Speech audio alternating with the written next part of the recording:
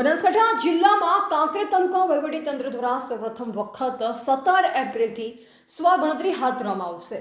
પ્રાપ્ત વિગત અનુસાર કાંકરેજ તાલુકાના વહીવટીતંત્રના અધિકારીઓ કાંકરેજ મામલતદાર ગૌતમ દરજી, કાંકરેજ તાલુકા વિકાસ અધિકારી નરેશભાઈ ચૌધરી, સિહોરી પીઆઈ સરલ, કાંકરેજ તાલુકા હેલ્થ ઓફિસર પિયુષભાઈ ચૌધરીને વહીવટીતંત્રના અધિકારીઓ દ્વારા સુંદર રીતે આયોજન કરવામાં આવ્યું છે।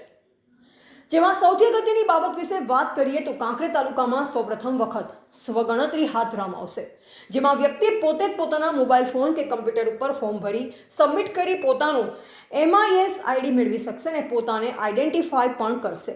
ત્યારે ખૂબ જ મહત્વપૂર્ણ નિર્ણય સરકાર દ્વારા લેવામાં આવ્યો છે। ત્યારે બનાસકાંઠા જિલ્લા કલેક્ટર મીર પટેલની નિગરાણી હેઠળ આ કામગીરીમાં કાંકરેજ તાલુકામાં સારો પ્રતિસાદ મળશે તેવી આશા વ્યક્ત કરવામાં આવી છે। ત્યારે કાંકરેજ તાલુકા વહીવટીતંત્રના અધિકારીઓ દ્વારા તાત્કાલિક અસરથી સ્વગણતરી હાથ ધરવામાં આવશે, જેમાં 17 એપ્રિલથી 31 એપ્રિલ સુધીમાં ટાર્ગેટ પૂર્ણ કરવા માટે કાંકરેજ તાલુકા વહીવટીતંત્ર દ્વારા નિર્ધાર કરવામાં આવ્યું હોવાનું જાણવા મળ્યું છે। જેમાં વાત કરીએ તો વસ્તી ગણતરી માટે સરકાર દ્વારા સ્વગણતરી પોર્ટલ શરૂ કરવામાં આવ્યું છે, જેના પર તમે 17 મે થી 31 મે દરમિયાન ઘરે બેઠા તમારી અને પરિવારની માહિતી પ્રમાણે જાતે ઓનલાઈન ભરી શકો છો। તમે સત્તાવાર ભારત સરકાર વસ્તી ગણતરી પોર્ટલની મુલાકાત લઈ તમારી વિગતો ભરી શકો છો। સ્વગણતરી માટેના સ્ટેપ્સ: લોગિન, સત્તાવાર ભારત સરકાર વસ્તી ગણતરી પોર્ટલ પર જાઓ, તમારા મોબાઈલ નંબર દ્વારા રજીસ્ટ્રેશન કરી OTP મેળવી લોગિન કરો। સ્થાનની વિગતો: તમારું રાજ્ય, જિલ્લો અને સ્થાન પસંદ કરો।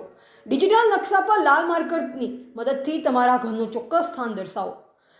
માહિતી ભરવી: ઘરના મોભીની વિગતો અને ઘરમાં ઉપલબ્ધ સુવિધા સંબંધિત પ્રશ્નોના જવાબ આપો।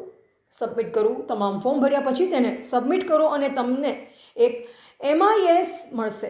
જ્યારે ગણતરી તમારા ઘરે આવશે ત્યારે આઈડી ખાસ કરી જે તે વ્યક્તિને પોતે સાચવીને રાખવાનું છે અને આ માટે કાંકરેજ તાલુકામાં અંદાજે 800 જેટલા કર્મચારીઓની ટીમ કામે લાગી જશે। દરેક વ્યક્તિ પોતે સ્વગણતરી પોર્ટલનો ઉપયોગ કરે તેવો આશાવાદ તંત્ર તરફથી થયો છે। ત્યારે હવે વડાપ્રધાન નરેન્દ્ર મોદીના નિર્ધાર મુજબ આપણો ભારત દેશ 150 કરોડ વસ્તી ધરાવતો દેશ બનશે। એવા રામજીભાઈ રાયગોર, બનાસકાંઠા।